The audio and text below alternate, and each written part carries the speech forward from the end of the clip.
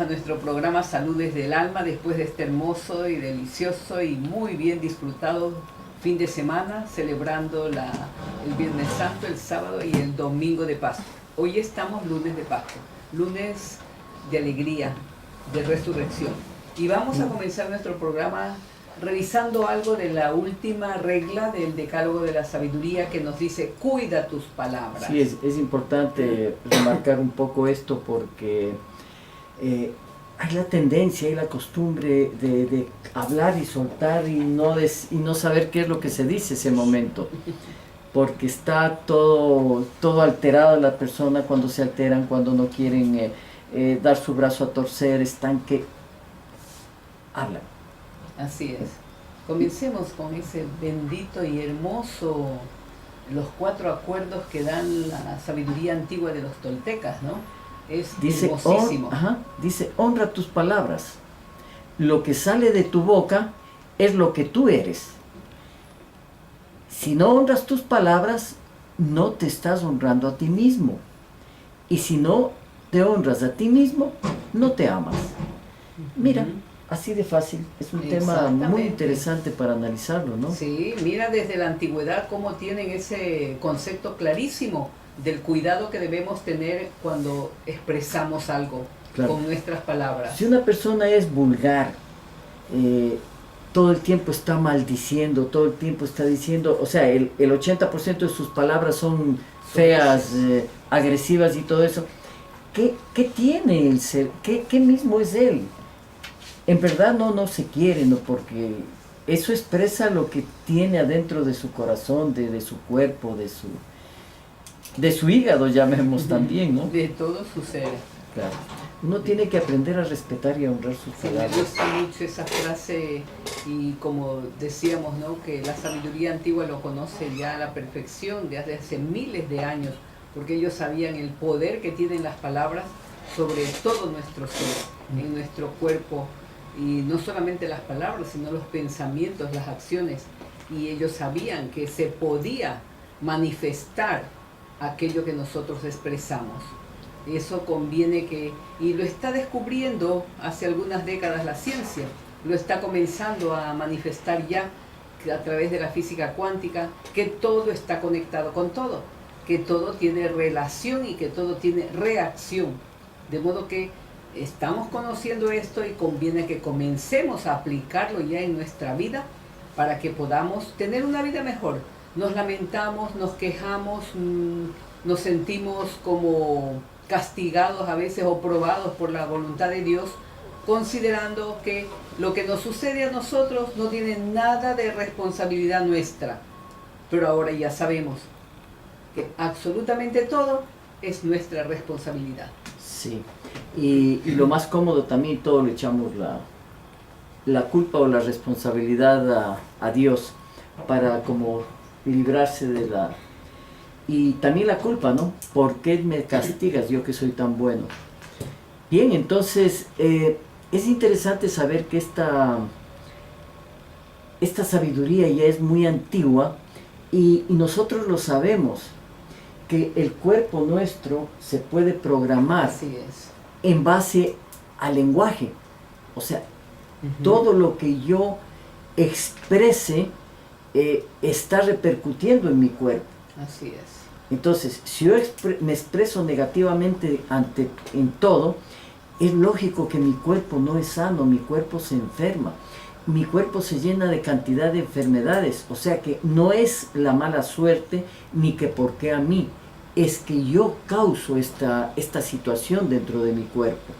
Entonces, las palabras y los pensamientos, o sea, yo pienso y ejecuto, y yo puedo programar y a tener una buena salud, tener una buena vida, ser feliz, y a través de lo que yo pienso, cómo pienso y cómo expreso mis palabras. Decreto, ¿no? Porque sí, nosotros no nos damos cuenta que a través de nuestras palabras estamos decretando nuestro futuro, estamos determinando nuestro futuro, nuestro destino.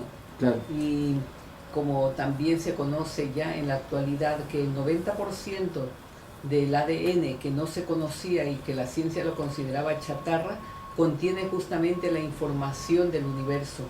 Allí tenemos toda una biblioteca inmensa donde podríamos conectarnos nosotros si tuviéramos la capacidad y comenzáramos a buscar cómo conectarnos con esa biblioteca. Es que hay algo curioso, estamos conectados. Lo que pasa es como yo tengo una colección de libros aquí frente a mí, pero no los abro. Es exactamente lo mismo, o sea, tenemos la información del universo en nosotros a través del ADN, pero no lo abrimos, no auscultamos, no nos informamos de toda esa información.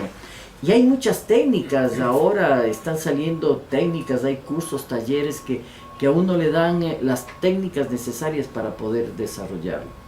Hay una que es muy buena y que nos ayuda muchísimo para poder desarrollarnos y estructurar bien nuestro cuerpo, es la programación neurolingüística. Es una de las ramas que en la actualidad ha surgido. Claro, ¿no? y está buena y la gente lo está haciendo mucho, ¿no? O sea, trabajar repitiendo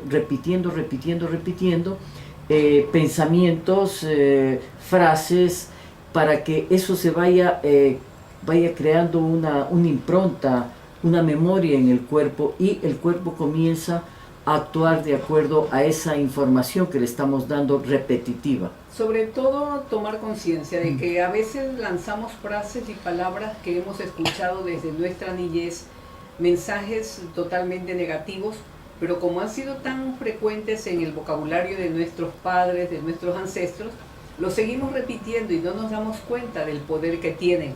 Entonces, por eso es muy bueno que tengamos atención en lo que nosotros hablamos. Por eso vamos a ver una serie de consejos que nos dan acerca de las palabras. Dice, por ejemplo, que de tu boca no salga nada, absolutamente nada de palabras innecesarias. Y si te llegas a enojar, por favor, date cuenta y controla el enojo.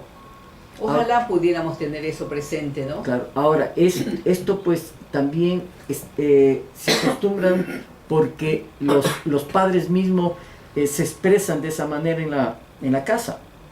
Cuando dicen, uy, este niño es agresivo, tiene un vocabulario, insulta, sí, pero mírenle al padre, el padre hace lo mismo, entonces el niño aprende y tiene esa actitud y esos pensamientos parecidos al padre.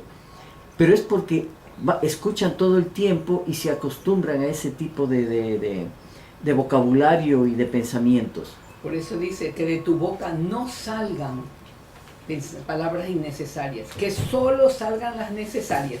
Y si el enojo se te apodera, cállate mejor.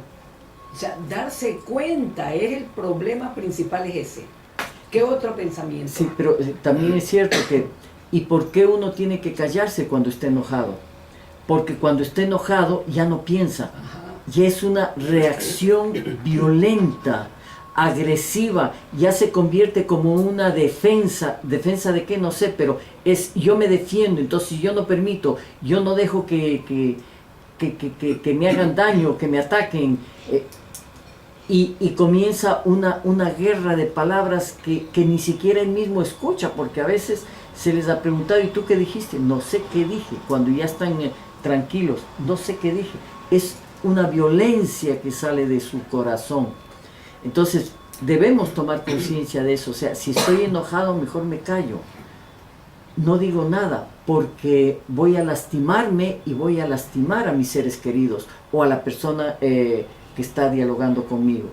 Otra forma de poner atención a nuestras palabras es que nos demos cuenta de que son la imagen de nosotros mismos, de lo que sentimos, de lo que pensamos, de lo que llevamos dentro, de modo que nuestras palabras nos delatan. ¿Qué quiere decir eso? Que cuando nosotros hablamos, de acuerdo a lo que forma como nos expresamos y al contenido de nuestras palabras, estamos diciendo lo que llevamos dentro. Entonces, nos delatan fácilmente, pero eso no nos damos cuenta. Y hasta a veces nos jactamos de tener una forma imponente, autoritaria, dominante al hablar. Yo soy como franco. Queriendo imponer eso. Yo soy franco. A mí me gusta hablar la verdad y de frente. Y lanzamos a veces fuetazos, digamos, ¿no? Con violencia verbal, que es tan lastimosa y tan negativa como cualquier otra violencia.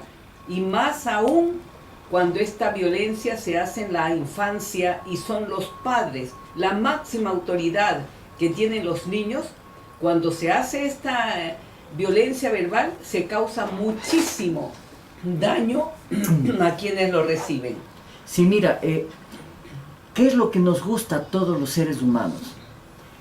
¿A los seres humanos nos gusta que todo el tiempo nos estén gritando y maltratando? No, nos gusta que nos hablen con palabras agradables, que haya bondad en la expresión de las personas, que se sienta afecto, que se sienta amor.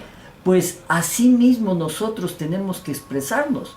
O sea, lo que yo doy voy a recibir. Entonces, si yo me expreso con palabras de amor, de bondad, eso es lo que yo voy a recibir.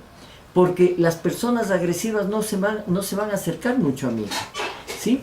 Y cuando nosotros hablamos, nos expresamos con bondad, el otro se siente con mucha alegría también. Se siente bien, se siente satisfecho y puede haber un diálogo muy agradable en las dos personas. Exactamente. Y otra recomendación, amigos, es que elijamos el momento oportuno para hablar en determinadas situaciones, porque a veces necesitamos hablar con alguien y cometemos un error muy grande cuando lo hacemos delante de otras personas que no están imbuidas y que no les concierne lo que estamos diciendo. Entonces, escoger el lugar apropiado, el tono de voz apropiado, dependiendo de con quién estás hablando y sobre todo con delicadeza. Y si estás muy enojado, si ves realmente que lo que tienes que hablar es muy fuerte y muy delicado, por favor, pon atención a tu carácter, contrólate, porque en lugar de solucionar el problema que quieres arreglar, puedes complicarlo más. Entonces, tengamos atención en esto, necesitamos, y digo necesitamos, porque todos en un momento de mal humor o de descontrol o estamos alterados porque estamos disque estresados, podemos cometer el error de lanzarnos a hablar sin ninguna medida a las personas que, a veces a los seres más queridos. A veces justamente ustedes ven un padre de familia, una madre que viene trabajando, tiene problemas en el trabajo, llega a la casa y en lugar de darles amor, atención a sus hijos, como llegan muy estresados, comienzan a desquitarse con ellos. Y ese es el peligro. Entonces hay que elegir el momento apropiado para poder dialogar con alguien o poder reclamar algo. Porque a veces es una palabra que estamos brindando a la persona para apoyarla, para sostenerla, para ayudarle. Pero a veces son palabras que necesitamos decir para corregir. Y que esa corrección sea también de manera muy grata, muy delicada. Claro, las palabras con amor entran al corazón. Mire, si nosotros hablamos a las personas con respeto, con amabilidad, con palabras justas, con justicia, ¿qué es lo que conseguimos? Conseguimos crear puentes, tender puentes entre la relación de los seres humanos. Pero si por el contrario son palabras duras, ofensivas, violentas, lo que creamos son muros. Hay gente que ya no querrá hablar con nosotros porque temen la agresión que se produce siempre con nuestras palabras. Es más, las personas agresivas no se dan cuenta que lo son, se han acostumbrado a hacer. Entonces, son palabras como látigos. Entonces, todos tratan de esconderse. Entonces, las palabras deben servir para construir, no para destruir. Las palabras crean puentes, no deben crear muros. Eso es lo más importante que tenemos que tomar en cuenta. Y ustedes, miren, cambien la actitud, cambien la forma de pensar y de hablar, y van a notar cómo sus seres queridos se acercan más a ustedes, sus amigos se acercan más a ustedes, porque ustedes están ya dando una enseñanza diferente, están dando un ejemplo, ¿sí? Y también es recomendable pensar con detenimiento y con anticipación lo que vamos a decir, el tono que vamos a utilizar, a quién va dirigido. ¿En qué forma vamos a manifestar lo que estamos pensando y que tenemos obligación de reclamar o de aconsejar? Muchísima atención en el contenido, porque ya sabemos que está reflejando lo que nosotros sentimos, y también poner cuidado a quién va dirigido esas palabras. Tenemos muy poca precaución en ese momento, porque estamos acostumbrados a reaccionar verbalmente sin meditar, a veces sin siquiera escuchar a la persona que está dirigiéndose a nosotros, porque estamos anticipadamente, mientras el otro está hablando, estamos anticipadamente haciendo ya nuestra programación de lo que vamos a contestarle, sin escuchar. Entonces, tener atención en el tono, a quién va dirigido, y siempre con delicadeza.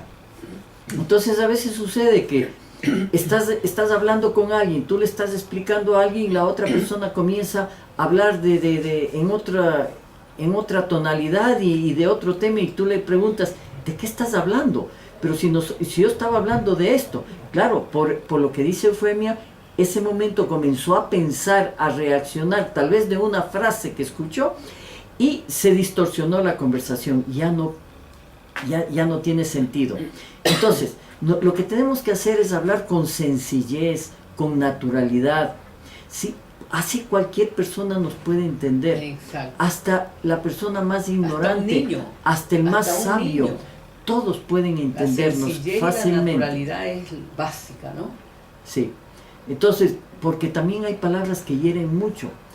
Hay personas que solamente están buscando las palabras bien afiladas, como esos cuchillos que ni bien te tocan, te cortan. Exactamente, están así, son como dagas. Y claro, cuando hablan, te bajan tu autoestima, te golpean, te hieren. Es tremendo ese tipo de palabras, por eso tenemos que tener muchísimo cuidado. Recordemos, amigos, que las palabras nuestras son la carta de presentación. Cuando una persona por primera vez conoce a otra, aparte de su presencia física, va acompañada de una manera, digamos, impactante, la forma como se expresa el otro. Porque las palabras son la carta de presentación, de modo que debemos tener mucho cuidado, ponerle énfasis en lo que nos conviene decir, pero siempre en forma natural, sencilla, de forma amorosa, de forma atenta. Recordemos eso, amigos, es nuestra carta de presentación. Aprendamos a hablar, aprendamos a dirigirnos al otro, mirando a los ojos, que es una de las formas de demostrar que estamos atentos y poniendo todo el énfasis en la persona a quien nos dirigimos. Claro, porque si tú hablas, si tu conversación y son con palabras positivas, son con palabras afectuosas, con palabras llenas de esperanza, tú vas a hacer la tabla de salvación tabla, ¿no? de muchas personas, porque a lo mejor tú quieras ayudar, pero la forma como te expresas, ¿le estás ayudando o le estás lastimando? Entonces eso es muy interesante, que tú mires cómo expresas para realmente poder ayudar a los seres humanos. Sí, las palabras sencillas, las palabras suaves, las palabras contundentes, pero con suavidad, son elementales. Cuando querramos nosotros dirigirnos a alguien para corregir, con mayor razón, deben ser todavía más cuidadosas, más delicadas, para que la otra persona abra su corazón, abra su mente, porque cuando son con violencia, cuando son con agresividad, la otra persona se cierra, tiende automáticamente a decir no quiero oír. Y ustedes habrán probado, todos hemos probado, cuando alguien viene a lamentarse o a corregirnos, tratamos más bien de cerrarnos, hasta cruzamos los brazos, cruzamos las piernas, inconscientemente, porque decimos esto no es para mí, no quiero ni oír, escuchamos eso. Pero bueno, vamos a seguir tratando este tema, amigos, pero tenemos que hacer una pequeña pausa. Recuerden el teléfono de Radio Élite, el 460-6323, que se pone a vuestras órdenes a partir de este momento. Volvemos, queridos amigos. A visita está con nosotros la doctora Laura Casale. Ella es psicóloga clínica graduada en la Universidad de Guayaquil, máster en gerencia en salud enfocada al desarrollo local y comunitario en la Universidad Particular de Loja, especialista en consejería terapéutica en drogodependencia en la Universidad Claretiana de Medellín, Colombia. Asimismo, directora del Centro de Rehabilitación para Personas de Consumo de Drogas y Alcohol. Manejó durante 3 años la salud mental en la Correccional de Varones Menores en Guayaquil. Es profesora de yoga certificada por la Escuela Dharma Yoga Center de New York para niños, adolescentes y adultos mayores, así como entrenadora deportiva de escalada especializada en rehabilitación infantil. Bienvenida, doctora Laura. Para nosotros es un gusto tenerla aquí. Ajá, muy bueno.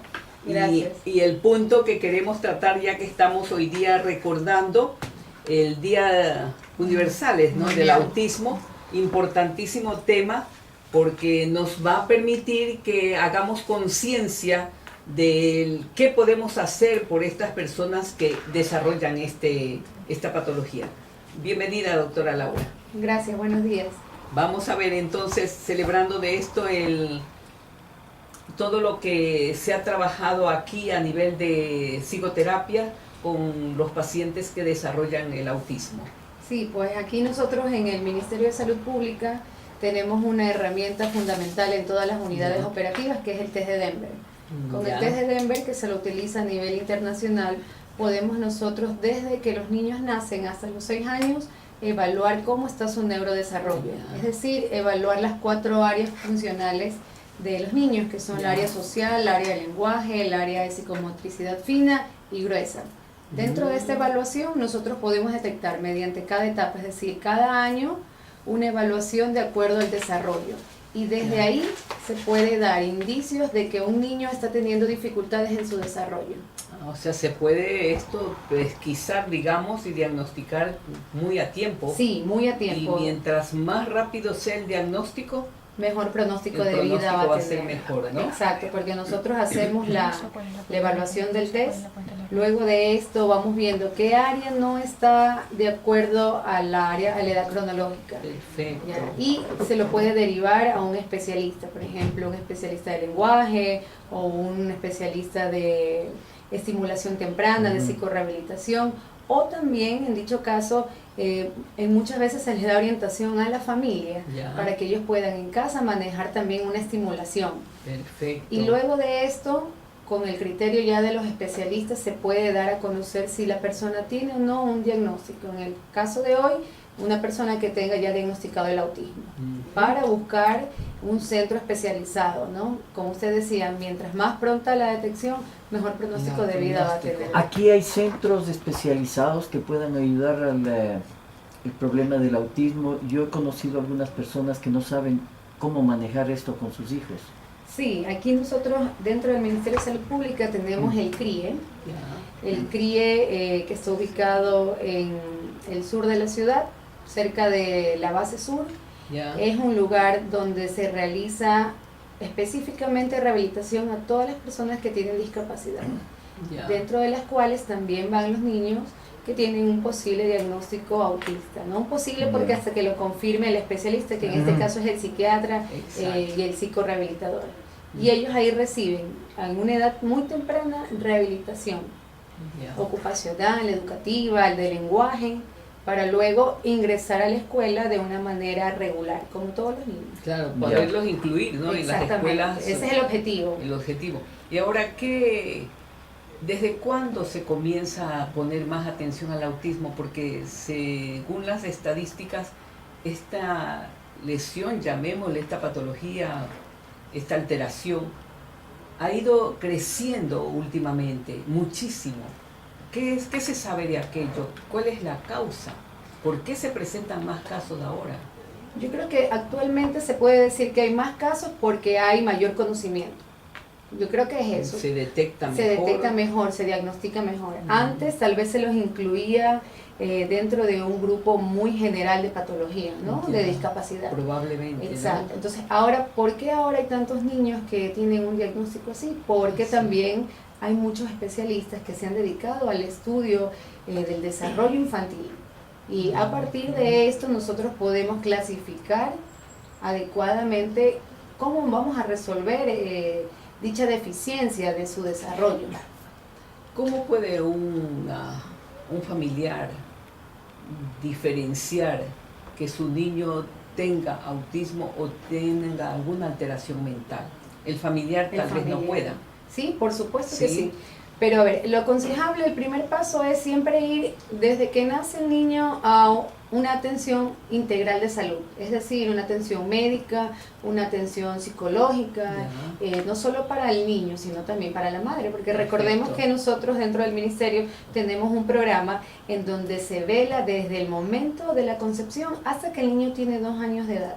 Se le da un seguimiento muy completo y es donde precisamente en estos 2 años de edad nosotros vamos a ver que el desarrollo de nuestro niño no está yendo a la par con lo que mundialmente está establecido. Por ejemplo, como una mamita detecta que su niño no está adecuadamente desarrollándose.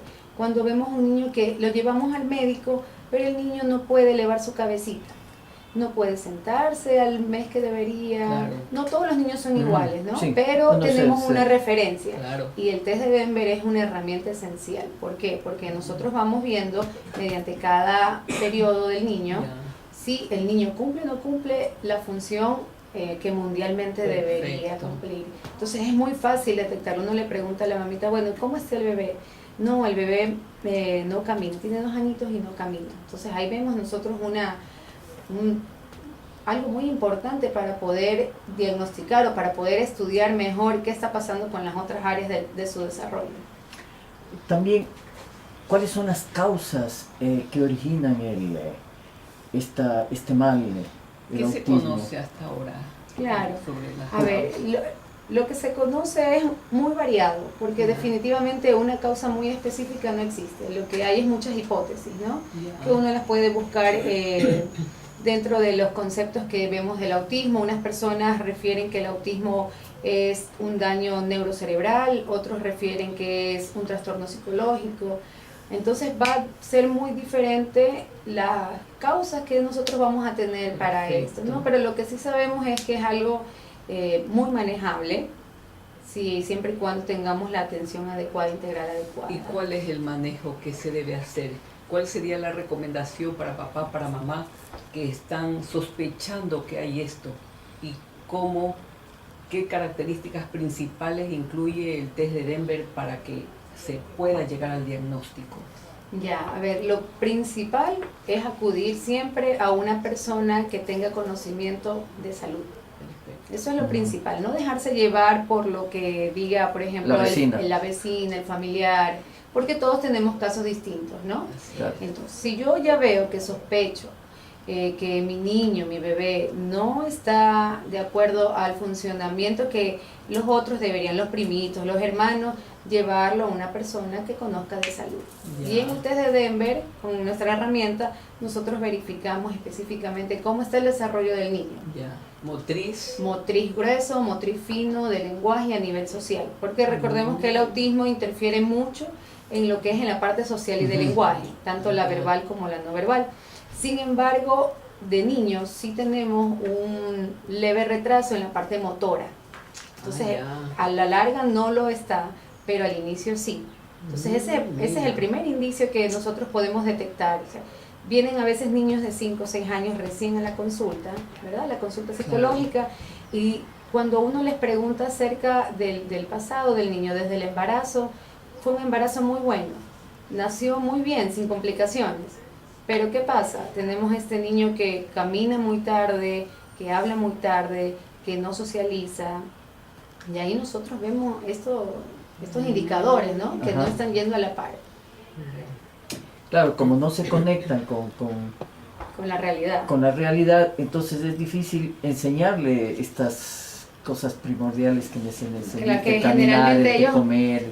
Que generalmente ellos aprenden, ¿no? Aprenden viendo, los más bebés. Sí, viendo y los padres mismos enseñándoles, entonces ellos están También es captando. Fundamental el apoyo familiar, ¿no? Porque tenemos muchas familias, por lo menos aquí en Guayaquil, nuestra realidad es esta, ¿no? Tenemos muchas familias que primero no existe una planificación adecuada de la concepción del niño.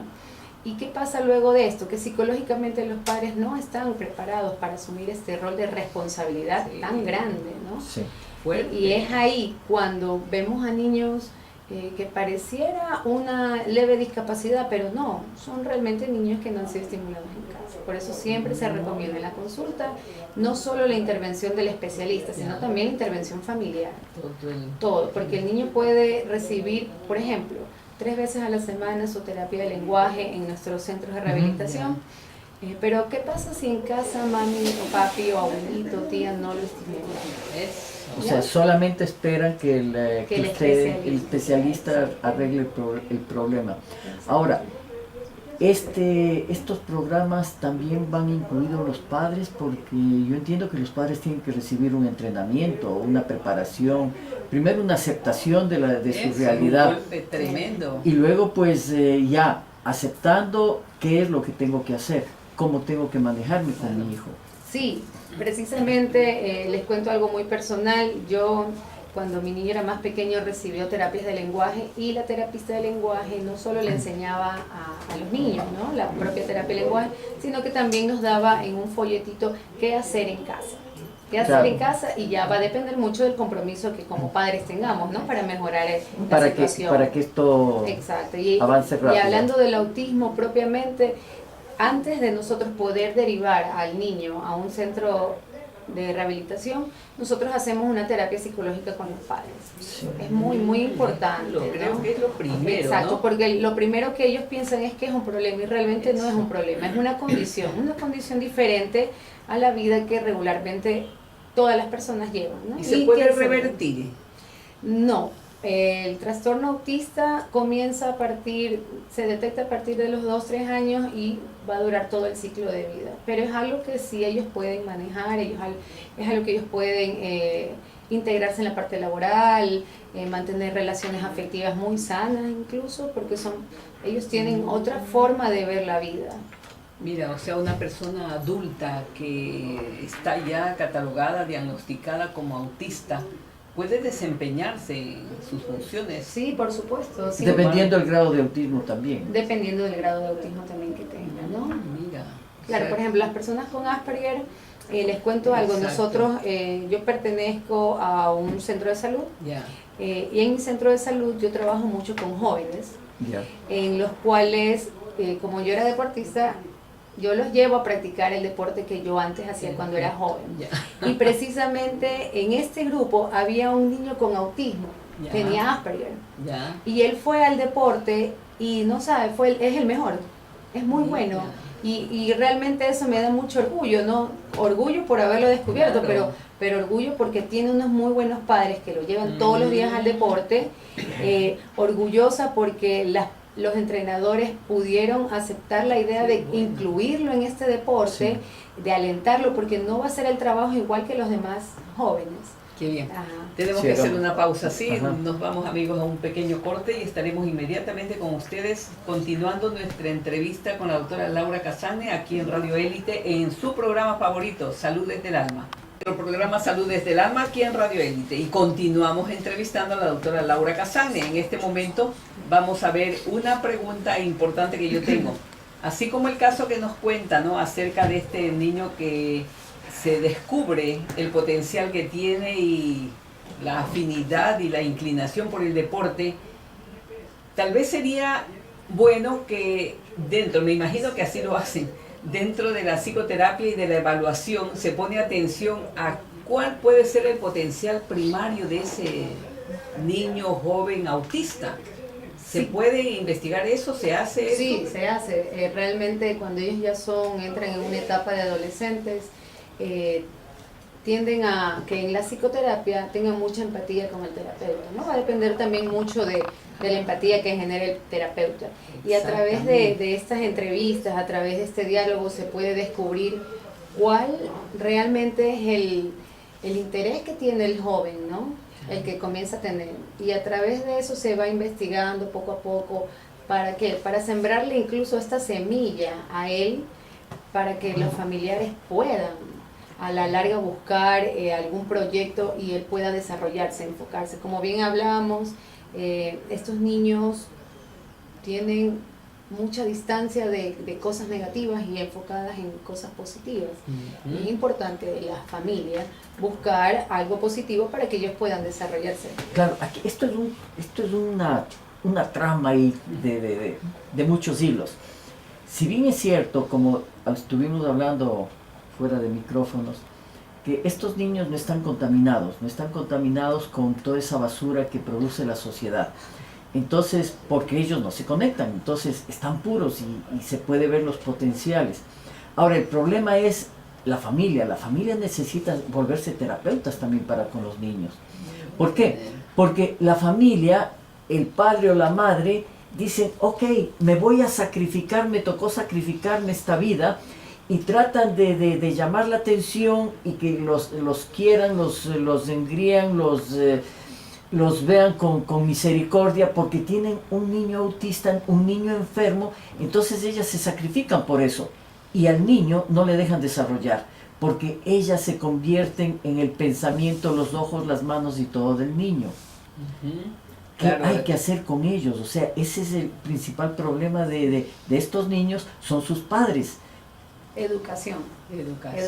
Yo hace muchos años atrás trabajé un año en la escuela para niños especiales de la alcaldía, en las cuales me acuerdo tanto que las psicólogas rehabilitadoras, en ese tiempo yo era estudiante, me decían que más problemas tenían con los padres que con los niños. Porque los niños, pese a que ya eran adultos, incluso algunos dentro del nivel escolar, se desarrollaban como niños y adolescentes. Pero los padres eran los que realmente tenían mucho miedo, mucha ansiedad, y esto provocaba que los niños no puedan desarrollarse adecuadamente. Entonces, ¿qué hicimos? Hicimos un plan de educación para los padres, para que ellos puedan afrontar la situación, entenderla, de que ellos lamentablemente no van a estar siempre para la vida de las otras personas, como todo el ciclo de vida, y realmente los niños y los jóvenes puedan mantener una vida saludable, una vida normal. Yo tuve el caso de una chica con un grado de autismo, pero era muy poco, ¿no? Pero así todo, la familia se resistía a dejarle que ella se desarrolle. Ya tenía como 18 años, todavía no le dejaban salir sola. Le digo, ¿pero tú puedes salir sola? Sí. Yo ya sé por dónde ir, ya conozco. ¿Y por qué? Tienen miedo, no me dejan salir, tienen que acompañarme siempre. Yo ya quiero hasta ponerme a trabajar y no me dejan. Claro, y lo que nosotros podemos hacer nuevamente, ¿no?, es trabajar con la familia, pero también entender la parte de la familia, ¿no? Yo siempre me pongo en las dos partes. Es necesario. Exacto, no solo ver las necesidades que va a tener este niño autista cuando ya sea un joven, sino también a la familia, el miedo a que le llegue a pasar algo. Y también es muy entendible dentro de la sociedad en la cual vivimos, incluso a nivel laboral. Entonces, ¿qué nosotros hacemos? Nosotros podemos hacer, buscar, por ejemplo, un trabajo en donde sabemos que va a tener respeto, consideración, y de esa manera... Y van a entender más que nada entonces, de esa manera tanto la familia como la persona, como el área laboral, van a mantener un equilibrio y vamos a poder tener un buen producto de esa sociedad. Yo me imagino que dependiendo del nivel de lesión que tenga este diagnosticado autista, sea pues la edad que tenga, ¿puede llegar a ser autoindependiente? Sí, efectivamente. Nosotros incluso hay muchas películas acerca de cómo las personas se han hecho independientes de acuerdo al grado que también tengan el autismo, ¿no? Porque si bien es cierto, hay grados muy graves, unos estados muy graves en donde incluso no hay ni comunicación. Y sí va a necesitar un apoyo, ¿no?, mayor que las personas que tienen un diagnóstico leve. ¿Por qué será más frecuente en varones que en mujeres? Bueno, eso estadísticamente estaba revisando y como igual que las causas es desconocido. No se conoce aún. Tenía yo hace poco tiempo una conversación con un colega que realiza un tipo de medicina diferente, ¿no?, a la convencional, y me decía que había encontrado que habían causas que ocasionaban el autismo y él ponía como principales la alimentación, que había intolerancia a ciertos alimentos que podía provocar lesiones severas en las membranas de absorción del aparato digestivo a nivel intestinal. Durante el embarazo. Durante el embarazo y en el niño mismo. Y otra causa decía los parásitos, la parasitosis exagerada que hay en algunos seres humanos, porque todos tenemos parásitos que se quedan allí, no nos afectan la mayoría de las veces, pero a veces una sobrepoblación de ellos podía ocasionar este tipo de lesiones. Y otra causa que me impactó mucho fue cuando dijo que las vacunas, cuando tenían el contenido de... porque tienen, aparte del virus atenuado de cada vacuna, tienen un componente o vehículo que es a base de mercurio y de formaldehído, que podían ser tóxicos hasta cierto punto. Me llamó mucho la atención porque yo he estudiado esto del autismo para tener conocimiento y veo que en realidad no se conoce todavía la causa misma, ¿no?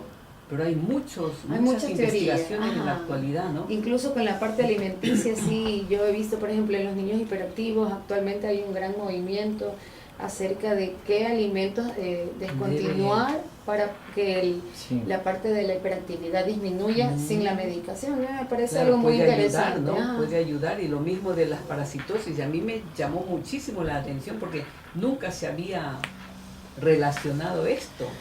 Y pues puede haber recuperaciones, decía él, muy buenas cuando se pone atención también en estos detallitos. Que sí por eso hablamos de la salud integral, ¿no? Claro, recordando que nosotros damos atención médica, tenemos atención, ver todo el Ministerio de Salud tiene la atención de los nutricionistas, del pediatra, la parte psicológica, psicoterapeuta. Entonces, siempre la salud integral que se brinde a una persona va a ser mejor para poder dar un pronóstico de vida. Ahora, en nuestro medio ya tenemos, como dijo, el centro. Sí, el CRIE. CRIE, ¿no? Centro de Rehabilitación Integral. Es el único que tenemos aquí en la ciudad, en Guayaquil. No, también tenemos psicoterapia en el Cisne 2. Ya.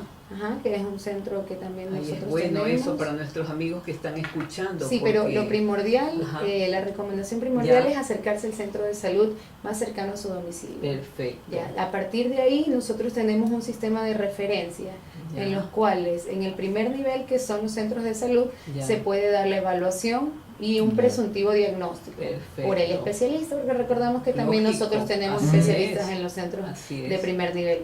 Y luego de eso, a través de la referencia, que es un procedimiento propio en todo el país, se va hacia estos lugares para que ellos puedan, con un agendamiento, tener su cita. ¿Hay algún teléfono al que nuestros amigos pueden llamar para tener alguna guía? Al 171 es el número de agendamiento nacional para 171. Ajá. Y ahí usted le van a preguntar a qué centro de salud usted corresponde por dirección. Le van a dar el número, la fecha, cuando le corresponde a usted, para que puedan realizarle la atención médica, ¿no? La atención médica, psicológica, odontológica. Bueno. Y ahora sí, yo sigo con esta preocupación. ¿Cuál es tu preocupación? Estos niños, cuando necesitan ya estudiar, entrar a una escuela y a un colegio, nos encontramos con el conflicto de los colegios, que los profesores no están preparados para manejar a este tipo de niños. Como la ley con el anterior gobierno se abrió y es obligación que todos los colegios reciban a personas con discapacidades, pero no saben manejarse los profesores, no tienen especialistas. A ver, lo que nosotros hemos hecho durante los últimos años es hacer convenios con el Ministerio de Educación, Ministerio de Salud y Ministerio de Educación. Realizamos convenios y capacitaciones constantes. O sea, realmente ahora la ley es muy clara, incluir a todas las personas que tengan un grado de discapacidad dentro de la educación regular es un derecho. Y por lo cual en cualquier colegio, ya sea público o privado, la ley está por encima. Claro. Y ellos siempre, obviamente ellos siempre te van a pedir información, que es muy importante, por cierto, para los padres. Claro. Es muy importante siempre llevar información muy clara y muy ordenada acerca de cómo está el desarrollo de tu niño. Entonces, usted va al colegio, le lleva la información, generalmente el colegio pide información a nosotros, a los centros de salud donde están ubicados y atendidos estos niños y estos jóvenes, y precisamente se hace ahí la correlación, el eje de trabajo entre el Ministerio de Educación y Ministerio de Salud, y efectivamente, poco a poco, como ya hablamos al principio, más personas se van enterando de estos temas, más personas van teniendo conocimiento del trabajo, ¿no? Al principio es un poco difícil, pero el objetivo es que todas las personas tengan conocimiento acerca de cómo manejar una situación con una persona que tiene autismo. O sea, la tolerancia, creo que esa es la mejor recomendación. Muy bien, yo tengo aquí los teléfonos de la doctora Laura Casagne para alguna persona que quisiera contactar, tiene su consultorio particular, pues, y también podría dar información. El teléfono al 098 387 2945. Repito, 098 387 2945, o al convencional 502 3540. Agradecemos muchísimo, doctora Casagne, por su participación aquí en el programa para aclarar y que toda la comunidad conozca más. Recibir más información sobre este tema, ¿no? Claro que sí. Bueno, yo les agradezco mucho por la invitación y recordarle a todas las personas que en el Ministerio de Salud Pública toda la salud es gratuita, acudan a sus centros de salud, busquen a profesionales de la salud para poder ayudarles a resolver todas las situaciones de salud que correspondan. Bien, muchas gracias por la presencia y bendiciones a todos y hasta mañana.